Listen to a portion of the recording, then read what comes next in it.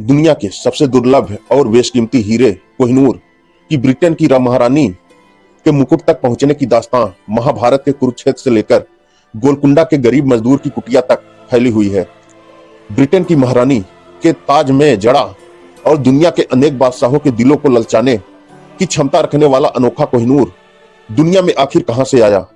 इस बारे में ऐतिहासिक घटनाओं के अलावा बहुत सी कथाएं भी प्रचलित हैं। कोहिनूर हीरा करीब 800 साल पहले आंध्र प्रदेश के गुंटूर जिला स्थित गोलकुंडा की खदान से निकाला गया था। तब इसे दुनिया का सबसे बड़ा हीरा माना जाता था और इसका कुल वजन 186 कैरेट था। हालांकि इसके बाद से इस हीरे को कई बार तराशा गया और इसका मूल रूप 105.6 कैरेट का है, जिसका कुल वजन करीब 21.12 ग्राम रह गया है। नमस्कार दोस्तों, मैं आपका दोस्त चंद्रकांत। स्वागत है आपका हमारे चैनल सीके कमलेश 2.0 में। कोहिनूर एक 105 कैरेट का 21.6 ग्राम का हीरा है, जो किसी समय विश्व का सबसे बड़ा ज्ञात हीरा रह चुका है। कहा जाता है कि यह हीरा भारत की गोलकुंडा की खान से निकाला गया था। कोहिनूर का अर्थ है आभा या रोशनी का पर्वत। यह कई मुगल व फारसी शासकों से होता हुआ अंततः ब्रिटिश शासन के अधिकार में लिया गया। वह उनके खजाने में शामिल हो गया जब ब्रिटिश प्रधानमंत्री बेंजामिन डिज़रायली ने महारानी विक्टोरिया को 1877 में भारत की सामग्री घोषित किया। अन्य कई प्रसिद्ध जवाहरातों की भांति ही कोहिनूर की भी अपनी कथाएं रही है। इससे जुड़ी मान्यता के अनुसार यह पुरुष स्वामियों का दुर्भाग्य व मृत्यु का कारण बना व स्त्री स्वामिनियों के लिए सौभाग्य लेकर आया। अन्य मान्यता के अनुसार कोहिनूर का स्वामी संसार पर राज्य करने वाला बना। इस कोहिनूर हीरे की चखने से आनंद बाबू की मृत्यु 1658 में हो गई थी। इसका उद्गम स्पष्ट नहीं है। दक्षिण भारत में हीरो से जुड़ी कई कहानियां रही हैं, परंतु कौन सी इसकी है कहना मुश्किल है। कई स्रोतों के अनुसार कोहिनूर हीरा लगभग 5000 वर्ष पहले मिला था और यह प्राचीन संस्कृत इतिहास में लिखे अनुसार स्वयंतक मणि नाम से प्रसिद्ध रहा था। हिंदू कथाओं के अनुसार भगवान श्री कृष्ण ने स्वयं यह मणि जामवंत से ली थी, जिसकी पुत्री जामवंती बाद में श्री कृष्ण से विवाह भी किया था। एक अन्य कथा अनुसार यह हीरा नदी की तली से मिला था, लगभग 32 से ईसा पूर्व। ऐतिहासिक प्रमाणों के अनुसार गोलकुंडा की खान से निकला था यह हीरा, जो आंध्र प्रदेश के विश्व के सबसे प्राचीन खानों में से एक है। ऐतिहासिक प्रमाणों के अनुसार यह गोलकुंडा की खान से निकाला था, जो आंध्र प्रदेश के विश्व की सबसे प्राचीन खानों में से एक है। सन 1730 तक यह विश्व का एकमात्र हीरा उत्पादक क्षेत्र ज्ञात था। इसके बाद ब्राजील में हीरो की खोज हुई। शब्द गोलकुंडा हीरा अत्यधिक श्वेत वर्ण, स्पष्टता व उच्च कोटि की पारदर्शिता के लिए प्रयोग की जाती रही है। यह अत्यधिक दुर्लभ अतः कीमती होते हैं। इस हीरे के बारे में दक्षिण भारतीय कथा कुछ पुख्ता लगती है। यह संभव है कि हीरा आंध्र प्रदेश की कोल्लर खान, जो कि वर्तमान में गुंटूर जिला में है, वहां निकला था। दिल्ली सल्तनत में खिलजी वंश का अंत 1320 में होने के बाद गियासुद्दीन तुगलक ने गद्दी संभाली थी। उसने अपने पुत्र उल्लुग खान को 1323 में काकतीय वंश के राजा प्रतापरुद्र को हराने भेजा था। इस हमले को कड़ी टक्कर मिली, परंतु उल्लुग खान एक बड़ी सेना के साथ फिर लौटा। इसके लिए अनपेक्षित राजा वरंगल के युद्ध में हार गया। तब वरंगल की लूटपाट, तोड़फोड़ व अन्य कांड महीनों चली। सोने चांदी व हाथी दांत की बहुतायत मिली, जो कि हाथियों, घोड़ों व ऊंटों पर दिल्ली लाया गया। कोहिनूर हीरा भी उस लूट का भाग था। यहीं से यह हीरा दिल्ली सल्तनत के उत्तराधिकारियों के हाथों से मुगल सम्राट बाबर के हाथ 1526 में लगा। इस हीरे की प्रथम दृष्टता सन 1526 से मिलती है। बाबर ने अपने बाबरनामा में लिखा है कि यह हीरा 1249 में मलवा के एक राजा का था। बाबर ने इसका मूल्य यह आंका कि पूरे संसार को 2 दिनों तक पेट भर सके इतना महंगा बाबरनामा में दिया है कि किस प्रकार मलवा के राजा को जबरदस्ती यह विरासत अलाउद्दीन खिलजी को देने पर मजबूर किया गया। उसके बाद यह दिल्ली सल्तनत के उत्तराधिकारियों द्वारा आगे बढ़ाया गया और अंततः 1526 में बाबर की जीत पर उसे प्राप्त हुआ। हालांकि बाबरनामा 1526 से 30 में लिखा गया था, परंतु इसके स्रोत ज्ञात नहीं है। उसने इस हीरे को सर्वदा इसके वर्तमान नाम से नहीं पुकारा, बल्कि एक विवाद के बाद यह निष्कर्ष निकला कि बाबर का ही हीरा बाद में कोहिनूर कहलाया। बाबर एवं हुमायूं दोनों ने ही अपनी आत्मकथाओं में बाबर के हीरे के उद्यम के बारे में लिखा है। यह हीरा पहले ग्वालियर के कछवाहा शासकों के पास था, जिनसे यह तोमर राजाओं के पास पहुंचा। अंतिम तोमर राजा विक्रमादित्य को सिकंदर लोधी ने हराया, वह अपने अधीन किया तथा अपने साथ दिल्ली में ही बंदी बनाकर रखा। लोधी की मुगलों से हार के बाद मुगलों ने उसकी संपत्ति लूटी, किंतु राजकुमार हुमायूं ने मध्यस्थता करके उसकी संपत्ति वापस दिलवा दी, बल्कि उसे छुड़वाकर मेवाड़ चित्तौड़ में पनाह लेने दिया। हुमायूं की इस भलाई के बदले विक्रमादित्य ने अपना एक बहुमूल्य हीरा, जो शायद कोहिनूर ही था, हुमायूं को संभार दे दिया। परंतु हुमायूं का जीवन अति दुर्भाग्यपूर्ण रहा। वह शेरशाह सूरी से हार गया। सूरी भी एक तोप के गोले से जलकर मर गया।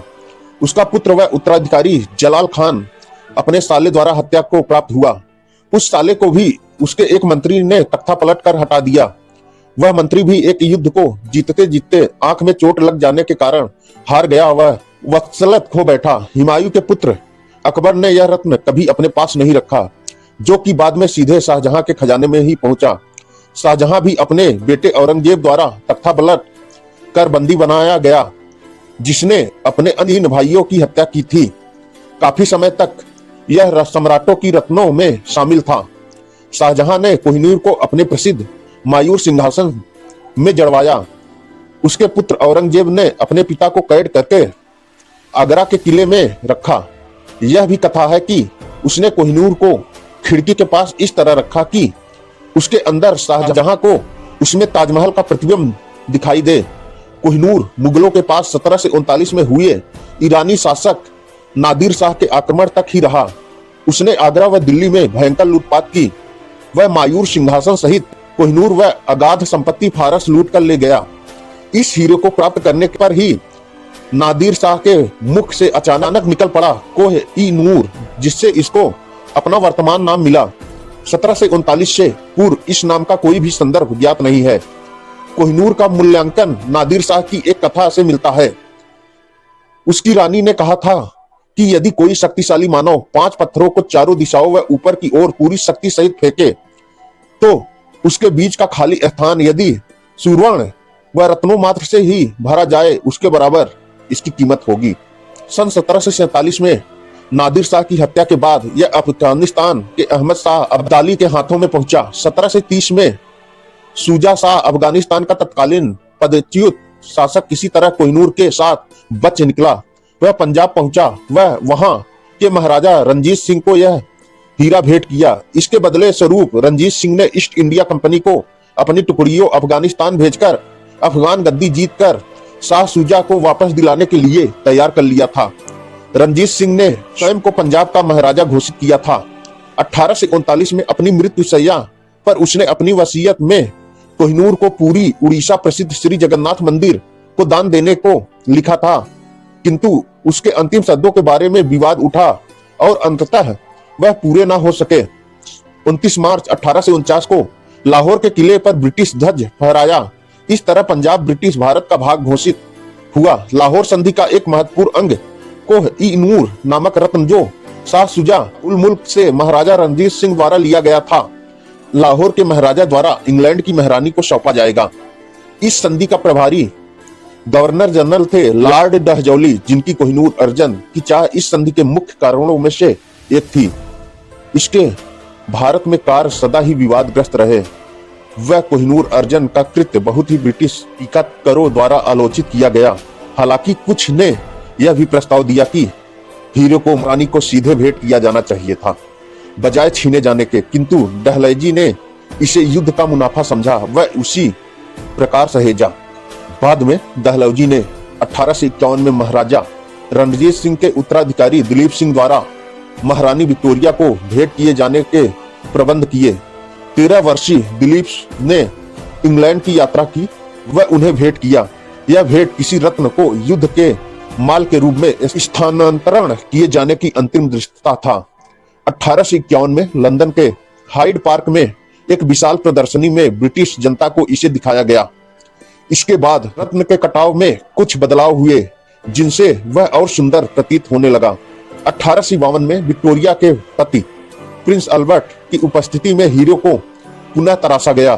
जिससे वह 1861 में 6 कैरेट से घटकर 105.6 कैरेट का हो गया, किंतु इसकी आभा में कई गुणा बढ़ोतरी हुई। अल्बर्ट ने बुद्धिमत्ता का परिचय देते हुए अच्छी सलाहों के साथ इस कार्य में अपना अतीव प्रयास लगाया, साथ ही तत्कालीन 8,000 पाउंड भी, जिससे इस रत्न का भार 42% घट गया। परंतु अल्बर्ट फिर भी असंतुष्ट थे। हीरे को मुकुट में अन्य 2,000 हीरो सहित जड़ा गया। बाद में इसे महाराजा की पत्नी के किरीट का मुख्य रत्न जड़ा गया। महारानी अलेक्जेंड्रिया इसे प्रयोग करने वाली प्रथम महारानी थी। इनके बाद महारानी मैरी थी। 1936 में इसे महारानी एलिजाबेथ के किरीट की शोभा बनाया गया। 2002 में इसे उनके ताबूत के ऊपर सजाया गया।